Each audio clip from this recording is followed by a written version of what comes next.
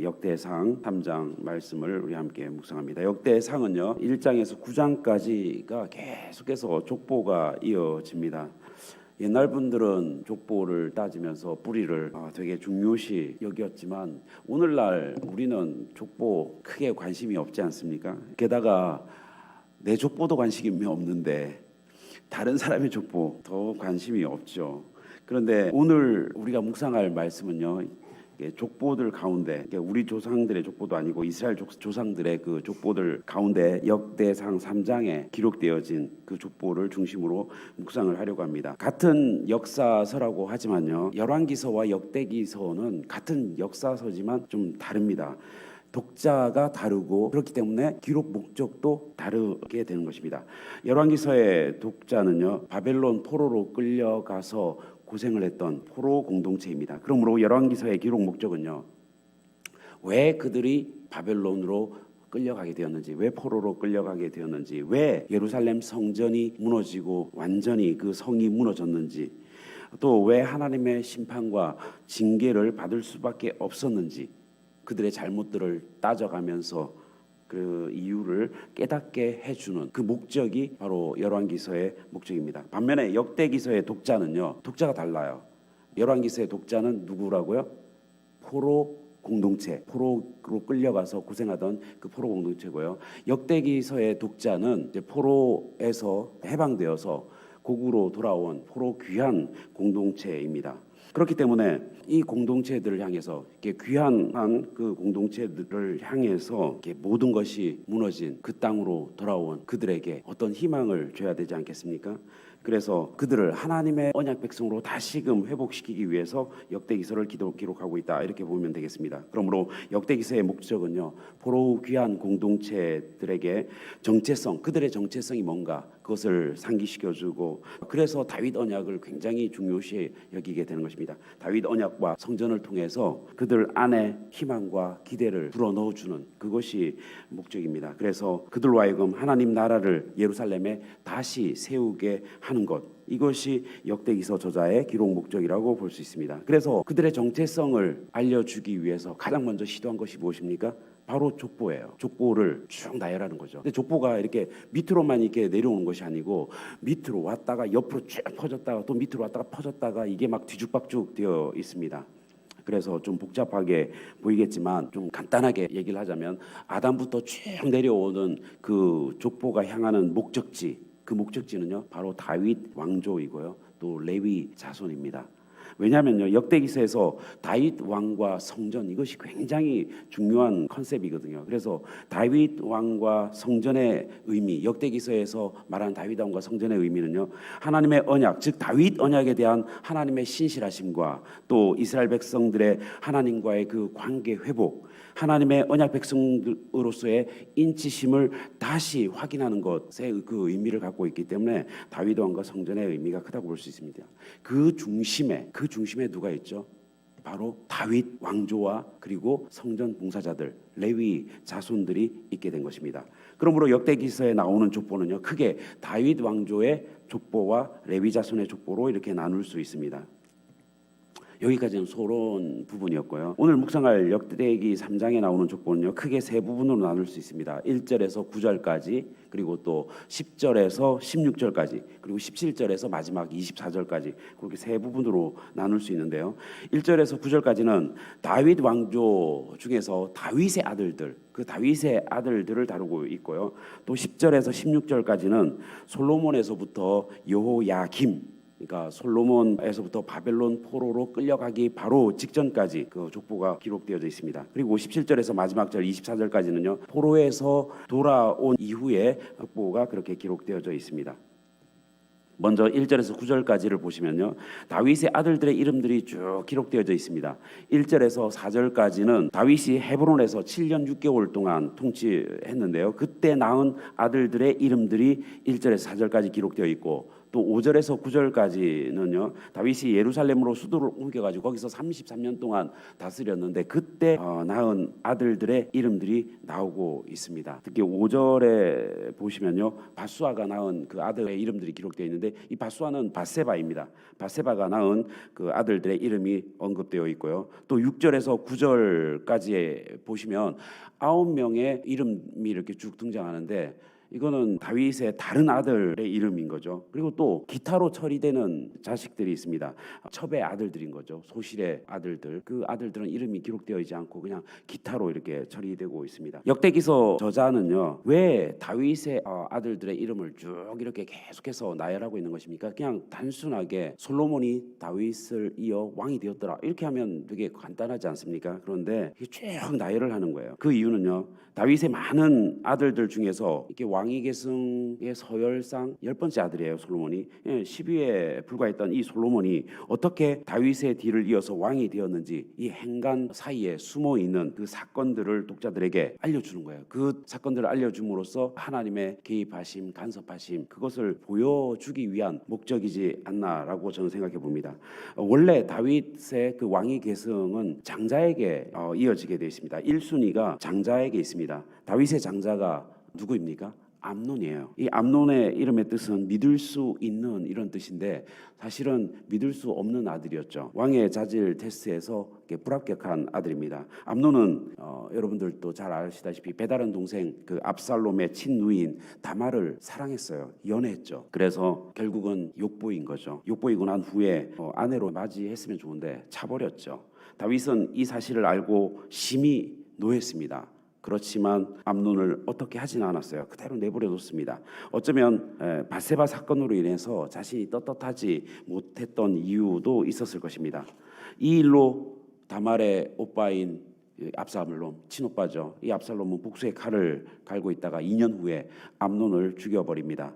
다윗이 이 압살롬을 용서하기까지 5년이라는 긴 시간이 흘러야 했습니다. 아무튼 역대기 저자의 관심은요 다윗의 왕위를 누가 계승할 것인가에 있었습니다. 일단 암논이 압살롬에 의해서 제거됐죠. 살해됨으로 인해서 왕위 계승 1순위가 사라지게 된 것입니다. 그렇다면 다음 1순위가 누구입니까? 둘째 아들이겠죠. 다윗의 둘째 아들은 길르압이라고도 불리는 다니엘입니다. 역대서에는 다니엘로 기록되어 있는데 다른 데서는 길르압이라고 되어 있습니다. 이 다니엘은요 성경에 더 이상 기록되어져 있지 않습니다. 학자들은 이때 한번 등장하고 더 이상 그 이름이 등장하지 않는 그 이유에 대해서 다니엘이 일찍 죽었기 때문이다라고 그렇게 보고 있습니다. 그렇다면 그 다음 1순위가 누구가 됩니까? 세 번째 아들이 되겠죠. 다윗의 세 번째 아들이 바로 압살롬입니다. 압살롬은요 나중에 북쪽의 이스라엘 열지파들의 그 지지를 얻어가지고 다윗 아버지를 대적하는 쿠데타를 일으키게 됩니다. 특히 백주 대낮에 자신들의 지지자들이 보는 그 앞에서 다윗의 후궁들과 동침하는 다 보는데 대낮에 그런 일들을 벌이게 되는데요. 왕의 후궁들과 동침하는 것 그것은요 바로 왕의 자리를 차지하는 것과 같은 것입니다. 우리가 잘 아는 바와 같이 결국 압살롬도 비참한 최후를 맞고 죽게 됩니다. 그렇다면 다음 1순위 자동적으로 넷째 아들 되겠죠. 넷째 아들은 아도니아입니다. 지금까지 살아있는 그 아들로서는 아도니아가 1순위예요. 장자가 된 거죠. 그래서 그것에 근거해서 열왕기상 1장 5절을 보시면요. 이 아도니아가 다윗 왕의 계승자가 될 것을 자기가 이제 스스로 주장하게 되는 것입니다. 열왕기상 1장 5절을 제가 읽습니다.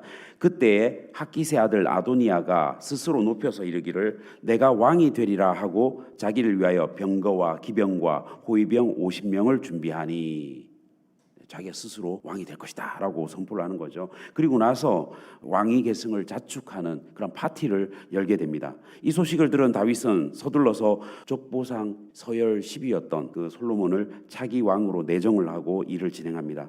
열왕기상 1장 30절을 제가 읽습니다. 내가 이전에 이스라엘의 하나님 여호와를 가리켜 네게 맹세하여 이르기를 여기서 네게는요 바세바입니다. 바세바 너에게 맹세하여 이르기를 네 아들 솔로몬이 반드시 나를 이어 왕이 되고 나를 대신하여 내 왕위에 앉으리라 하였으니 내가 오늘 그대로 행하리라. 결국은 솔로몬이 다윗의 뒤를 이어서 왕이 되었고요.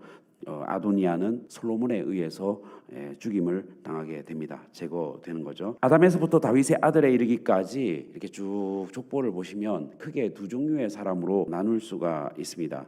스스로 왕이 되려는 자, 스스로 높아지려는 자와 또 하나님이 왕으로 세우는 자, 하나님께서 세우시는 자, 이렇게 구분할 수 있을 것입니다.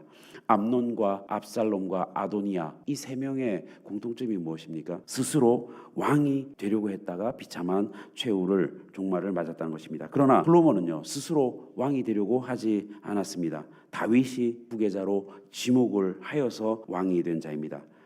그렇다면 다윗과 솔로몬의 또 공통점은 무엇입니까? 하나님의 성전에 대한 관심이었습니다. 다윗은 성전 건축을 계획하고 또 준비하였다면 솔로몬은요, 그 일을 성전 건축을 시작하였고 또 완공했던 그런 자입니다. 하나님의 성전은요, 하나님 임재의 상징입니다. 하나님의 언약 백성들과 하나님이 만나는 그 만남의 장소가 바로 성전입니다. 하나님의 성전을 중심으로 이 땅에 하나님이 다스리시는 그 나라, 하나님의 나라를 이루는 것이 바로 다윗 왕조를 통한 하나님의 계획이었습니다. 우리는 모두 다 하나님의 언약 백성입니다. 우리는 스스로 왕이 돼서 이 땅에서 우리의 뜻과 우리의 계획과 우리의 욕망을 이루는 자가 아니라, 그래서 우리의 왕국을 세우는 자가 아니라 하나님이 하나님의 뜻을 이루게 하기 위해서 세우신 하나님의 부왕, 하나님의 대리왕으로서 이 땅에 하나님의 뜻을, 그 뜻에 순종해서 이 땅을 하나님의 나라로 만드는 그 사명을 가지고 있는 그런 자들입니다. 이것이 우리를 왕 같은 제사장, 왕인 제사장으로 세우시고 부르신 하나님의 이유이자 목적인 것입니다. 우리 이걸 좀 기억을 했으면 좋겠어요. 그래서 하나님께서 나를 왕으로 세우신 그 목적, 그것은 부왕, 대리왕으로. 그래서 대리왕은 뭡니까? 원래 왕, 하나님의 뜻을 그대로 이어받아서 그대로 통치하는 거잖아요. 그것을 위해서 우리를 부르시고 세우셨다는 것을 잊지 마시기 바랍니다. 이번에는 10절에서 16절까지의 기록된 족보를 한번 살펴봅니다. 이 족보는요, 솔로몬으로부터 시작해서 여호야김의 아들 여고냐까지 기록되어 있습니다. 다시 말하면 솔로몬에서부터 바벨론 포로로 끌려가기 전까지의 남유다 왕조의 족보가 기록된 것입니다. 우리 11절을 보시기 바랍니다. 11절 제가 읽습니다. 그의 아들, 여기서 그의 아들은요, 바로 앞절에 나오는 여호사밧의 아들입니다. 여호사밧의 아들은 요람이요, 그의 아들은 아하시아요, 그의 아들은 요아스요. 그냥 이름들의 나열 같지만요, 이 이름들 사이에 보이지 않는 이름 하나가 들어 있습니다. 아달랴라는 여인의 이름이 이 이름들 사이에 숨어 있는 것입니다. 이 아달랴라는 여인의 이름과 어떤 사건이 거기에 숨어져 있습니다. 아달랴는요, 아합과 이세벨의 딸이에요. 아합과 이세벨 사이에서 난 딸입니다. 남유다의 여호사밧과 또 북이스라엘의 아합 왕은 사이가 아주 좋았습니다. 그래서 여호사밧이 아합과 이세벨의 딸 아달랴를 며느리로 맞이합니다. 아달랴는 남유다로 시집와서 여호사밧의 아들 여호람이죠. 요람의 아내가 됩니다. 그녀의 아들이 아하시아인데요. 이 아하시아가 요람의 뒤를 이어서 왕이 되어서 다스리다가 예후에 의해서 이 아들이 죽게 됩니다. 그러자 이 아달랴가 돌변해 버립니다. 왕이 될 씨들을 다 진멸시켜 버리는 거죠. 그러니까 자기 손자들을 다 죽여버립니다. 그때 이 아하시아의 누이인 여호세바가 아하시아의 아들 이 요아스를 목숨 걸고, 이 어린아이를 목숨 걸고 이렇게 피신시켜서 지켜냅니다. 아달랴는 스스로 황태 후의 자리에 올라가지고 6년 동안이나 남유다를 다스리게 됩니다. 하나님이 다윗에게 하신 그 언약이 아니었다면요, 아달랴에 의해서 다윗 왕조의 족보는 더 이상 이어지지 못하고 멈췄을 것입니다. 다 죽여버렸잖아요. 그렇게 되면 어떻게 됩니까? 다윗의 후손으로 오시는 예수님이 사라지게 돼요. 예수님이 사라지면요, 예수님 안에서 언약 백성이 된 우리도 사라지게 되는 것입니다. 그러나 언약에 신실하신 하나님께서 여호세바를 통해서 요아스를 지킬 수 있도록 역사 속에 이렇게 뛰어 들어오셔서 개입하셔서 그렇게 간섭하셨던 것입니다. 요아스 하나만 딱 남은 거예요. 우리 15절을 또 보시기 바랍니다. 15절 제가 읽습니다. 요시야의 아들들은 맏아들 요하난과 둘째 여호야김과 셋째 시드기야와 넷째 살룸이요. 10절에서 14절까지의 족보를 이어가면서 반복되는 패턴이 있는데요. 그의 아들은 누구요? 그의 아들은 누구요? 그의 아들은 누구요? 이렇게 패턴이 반복되고 있죠. 그런데 이게 이제 심플하게 쭉 그의 아들은 누구요? 그의 아들은 누구요? 그의 아들은 누구요? 그의 아들은 누구요? 이렇게 쭉 내려오다가 15절에 가면요, 이 패턴이 깨져버립니다. 요시야의 아들들은 첫째 요하난, 둘째 여호야김, 셋째 시드기야, 넷째 살룸, 이렇게 수직이 아닌 이 수평으로 이렇게 족보가 나열되고 있는 것입니다. 왜 그렇습니까? 이게 특이하게요, 요시야의 아들 때부터 왕의 수직 계승이 깨져버렸기 때문입니다. 왕은 수직으로 이렇게 계승되는데 아들이 왕이 되고 아들이 왕이 되고 아들이 왕이 되고 이렇게 되는데 요시야 때부터는 이게 수직 계승이 깨져버리고 이상하게 돼버린 거죠. 요시야의 장남인 요하난의 이름은 여기 말고는 성경 어디에도 나오지 않고 있습니다. 학자들은 요시야가 죽기 전에 요하난이 먼저 죽었기 때문일 것이다라고 추측하고 있습니다. 그러니까 이렇게 왕이 계승해서 이름이 안 나오는 거죠. 요시야가 죽고 난 후에 넷째 아들 살룸이 요시야를 이어서 왕이 됩니다. 살룸과 요아하스는 동일 인물입니다.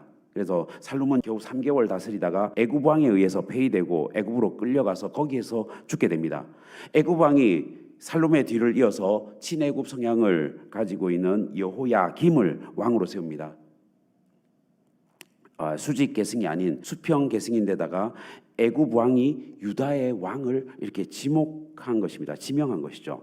후에 바벨론 왕이 여호야김을 바벨론으로 다시 끌고 갑니다. 그리고 그의 아들 여고냐, 이게 여호야긴입니다. 왕이 되는데요. 옆으로 갔다가 이제 내려가게 되는 거죠. 다시 수직 계승입니다. 그런데 여호야긴도 3개월 통치하고 또 바벨론으로 끌려갑니다. 그러자 요시야의 셋째 아들인 시드기야가 왕이 돼요. 왕위 계승이 다시 이게 수직도 아니고 수평도 아니고 다시 역수직으로 다시 올라가게 되는 거예요. 그래서 이상한 그런 족보가 이렇게 되어 버립니다. 다윗 왕조의 족보에서 그래서 시드기야는요, 왕으로 들어가지 못합니다. 시드기야는 형식적으로는 남유다의 마지막 왕이지만 실제로는 누가 여호야긴이 마지막 왕으로 이렇게 보고 있는 것입니다. 예루살렘 성전이 파괴되었고요, 또 예루살렘 성벽도 파괴되었고 예루살렘 성도 파괴되었습니다. 예루살렘을 재건할 수 없는 그 약한 자들만 남겨두고 다 나머지 유다 백성들을 모두 다 바벨론의 포로로 끌고 가버렸죠. 여기에서 남유다 백성들의 이제 신앙적인 혼란이 오게 되는 것입니다. 신학적인 부재 상황이 오게 된 거예요. 아직도 다윗 언약은 유효한가? 망했잖아요. 다윗의 왕조를 계속해서 이어지게 해주겠다의 그 핵심이 바로 다윗 언약의 핵심 아닙니까? 그런데 다윗 언약은 유효한가? 하나님은 여전히 언약에 신실하신 분이신가? 보니까 다윗 언약이 깨져버린 상황 아닙니까? 우리는 여전히 하나님의 언약 백성인가? 이런 혼란이 오게 되는 거죠. 여기에 대한 대답이 필요합니다. 역대기 저자는 이러한 신앙적인 혼란과 신학적인 부재에 대한 답을 17절에서 24절까지의 족보를 통해서 포로 후 귀한 공동체에게 제시하고 있는 것입니다. 그 답은 그렇다라는 거예요. 다윗 언약 유효한가? 유효하다. 우리는 여전히 하나님의 언약 백성인가? 그렇다. 하나님은 여전히 언약에 신실하신가? 그렇다. 이것을 17절에서 24절까지 그 족보를 통해서 대답을 주고 있는 것입니다. 17절에서 24절까지는요, 바벨론 포로 생활 시작부터 옛 이스라엘 땅으로, 옛날 땅으로 이제 돌아온 거죠. 돌아온 시점까지, 즉 여고냐로부터 고토로 돌아온 시점까지의 족보가 기록되어져 있습니다. 우리 17절 함께 봅니다. 17절 우리 함께 읽습니다. 시작. 사로잡혀간 여고냐의 아들들은 그의 아들 스알디엘과, 근데 다윗의 족보는요, 여고냐 여호야긴이죠. 여호야긴에서 원래 끝나야 돼요. 다윗 왕조가 거기서 끝나버렸잖아요. 바벨론으로 끌려갔으니까. 그런데 족보는 계속 이어진다는 거예요. 여고냐에서 스알디엘로, 스알디엘에서 수룹바벨로, 수룹바벨에서 하나냐로, 이렇게 쭉 계속 이어지다가 24절에 가시면요, 에료엔의 아들 7명의 이름이 쭉 나오면서 그때까지 수직으로 계속해서 이어지는 것을 볼 수 있습니다. 19절에 보시면요, 부다야의 아들들은 수룹바벨과 시므이오 이렇게 되어 있습니다. 이 부다야의 이름에 한번 동그라미를 쳐보시기 바랍니다. 부다야의 이름요. 거기에다가 동그라미를 치시면요. 왜 제가 동그라미를 치라고 했냐면은 에스라, 느헤미야 또 학계 여기에도 보면 족보가 나옵니다. 그 족보 거기에 나오는 족보를 보시면 이 스룹바벨이 누구의 아들로 되어 있냐면요. 스알디엘의 아들로 그렇게 되어 있습니다. 마태복음 1장의 족보에서도요. 스룹바벨은 스알디엘의 아들로 기록되어 있습니다. 그런데 역대기서의 족보에서는요. 19절을 보시면 부다야의 아들 스룹바벨로 이렇게 기록되어져 있어요. 부다야와 스알디엘은 동일 인물이 아니에요. 형제가 아닙니다. 스알디엘이 형이고 부다야가 동생인 거예요. 스룹바벨은 스알디엘의 아들입니까? 부다야의 아들입니까? 역대기서의 족보를 따르면 부다야의 아들이고 마태복음이나 에스라 그다음에 학계, 느헤미야 여기에 족보를 따르면 스알디엘의 아들이에요. 그럼 우리는 어떻게 결론을 내야 될까요? 둘 다의 아들이다. 네, 둘 다의 아들입니다. 실제로는요, 이 스알디엘이 아들이 없이 죽게 됩니다. 그래서 다윗 왕조는 스알디엘에서 끊어지게 되어 있어요. 그런데 이 부다야가 형의 아내인 형수에게 장가를 드는 거죠. 장가를 들어서 낳은 아들이 스룹바벨 아닙니까? 이 스룹바벨을 스알디엘 형의 아들로 그렇게 돌리는 거죠. 그래서 스알디엘의 아들도 되고 부다야의 아들도 되는 거예요. 결국은 부다야가 스알디엘의 대를 스룹바벨이 잇게 그렇게 만들어 주는 거죠. 다윗 왕조의 대가 끊어질 위기였지만 다윗 왕조는요, 다윗 언약에 근거해서 하나님의 약속대로 계속되고 있다는 것을 알려주고 싶었던 것 같습니다. 역대기서 이 저자가 포로로 잡혀가서도요, 그리고 포로에서 돌아온 후에도 다윗 왕조는 계속해서 계승되고 있음을 역대기서 저자는 그것을 포로 귀한 공동체들에게 알려줌으로써 저들의 신앙적인 혼란과 정체성 혼란 그리고 신학적인 그 혼란에 대한 답을 해주고 싶었던 것입니다. 포로에서 돌아온 후에 귀한 공동체가 처한 현실을 보시면 절망적입니다. 성전이 재건되고 성벽이 재건되었지만 여전히 그들은 페르시아 바사의 속국으로, 그래서 경제적으로 정치적으로 그렇게 힘들게 살아가고 있었던 것입니다.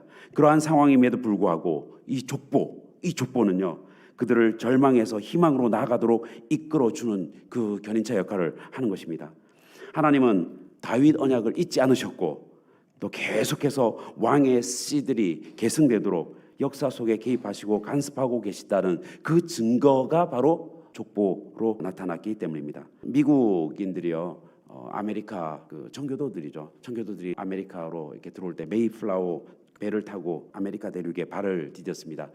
그때 메이플라워를 타고 왔던 그 선조들의 족보, 그 이름들이 쭉 이제 기록되어 있는데요. 그게 엄청난 파워를 갖고 있습니다. 그 뿌리들 있잖아요. 그 뿌리들이 자신의 선조가 누구인지, 어떤 분들인지, 그리고 그 선조들을 통해서 자기의 정체성이 무엇인지 그것을 확인시켜 주는 거죠. 그래서 삶의 태도가 다릅니다. 삶의 태도, 방향, 그것이 바로 이 정체성이 만들어 주는 거죠. 그것을 설정해 주는 것입니다. 그래서 자부심으로 더 큰 영광을 향해서 그들의 삶을 이제 몰고 가는 것입니다. 마찬가지입니다. 포로 공동체도요, 그들의 족보를 펼쳐서 읽을 때마다 잊어버렸던 혹은 퇴색해버렸던 자신들의 그 정체성을 다시 한번 상기하고 회복해서 하나님의 언약을 기억하고 붙들므로써 이전보다 더 큰 영광으로, 그 영광의 회복으로 그렇게 나아가게 되는 것입니다. 이제 우리 자신에게 역대상 3장을 적용해 보기를 원합니다. 우리에게 이스라엘 족보는요, 크게 와닿지 않습니다. 읽기도 힘들어요. 발음하기도 힘듭니다. 들어도 다 잊어버려요. 그래서 우리는요, 그들의 족보를 펼치는 대신에 우리는 뭘 펼쳐야 됩니까? 말씀을 펼쳐야 되는 거예요. 말씀을 펼쳐서 읽을 때마다 그 말씀이 우리의 정체성을 확인시켜 주기 때문입니다. 말씀을 통해서 우리는 하나님께서 선택하신 언약 백성이라는 것, 그리고 하나님이 우리를 통해서 하나님의 계획과 목적을 이루어 가시길 원하신다는 것, 그것을 우리가 알 수 있지 않습니까? 그리고 하나님은 말씀을 통해서 한 사람 한 사람의 그 삶의 모든 영역에 개입하시고 간섭하고 계신다는 사실을 우리는 깨달을 수 있습니다. 부디 우리도 하나님의 말씀을 통해서 하나님의 언약을 기억하고 붙들고 살아가심으로써 하나님의 영광스러운 계획에 동참하시는 저와 여러분 되시기를 주님의 이름으로 축원합니다.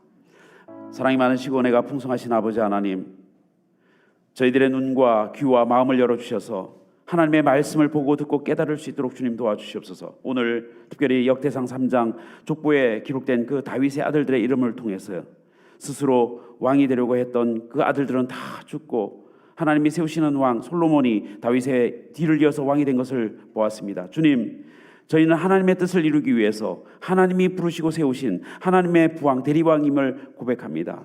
바라옵기는 저희의 뜻을 이루는 저희의 왕국을 세우지 않게 하시고 하나님의 뜻이 저희의 삶을 통해서 이루어 드리는 그러한 하나님의 나라로서의 삶을 살게 하여 주시옵소서.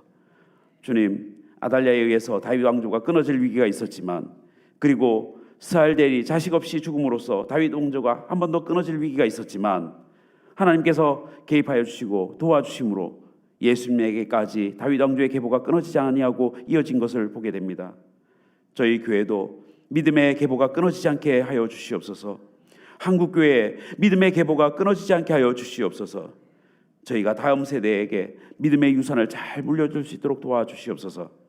먼저는 저희 각 가정들의 그 믿음의 계보가 저희들을 통해서 자녀들에게로 끊어지지 않게 이어갈 수 있도록 주님 도와주시옵고, 혹 끊어졌다면 주님 다시 이어지게 주님 도와주시옵소서. 이스라엘이 족보를 볼 때마다 자신들의 정체성을 확인하고 그들의 정체성에 걸맞는 그런 삶의 태도와 방향으로 행동하며 나아갔던 것을 주님 기억합니다. 마찬가지로 저희도 하나님의 말씀을 보고 듣고 묵상할 때마다 저희가 하나님의 언약 백성이라는 사실을 깨닫고 기억하고, 그래서 언약 백성으로서의 그 정체성을 지켜가며 언약 백성에 걸맞는 그런 삶을 살아갈 수 있도록 주님 도와주시옵소서.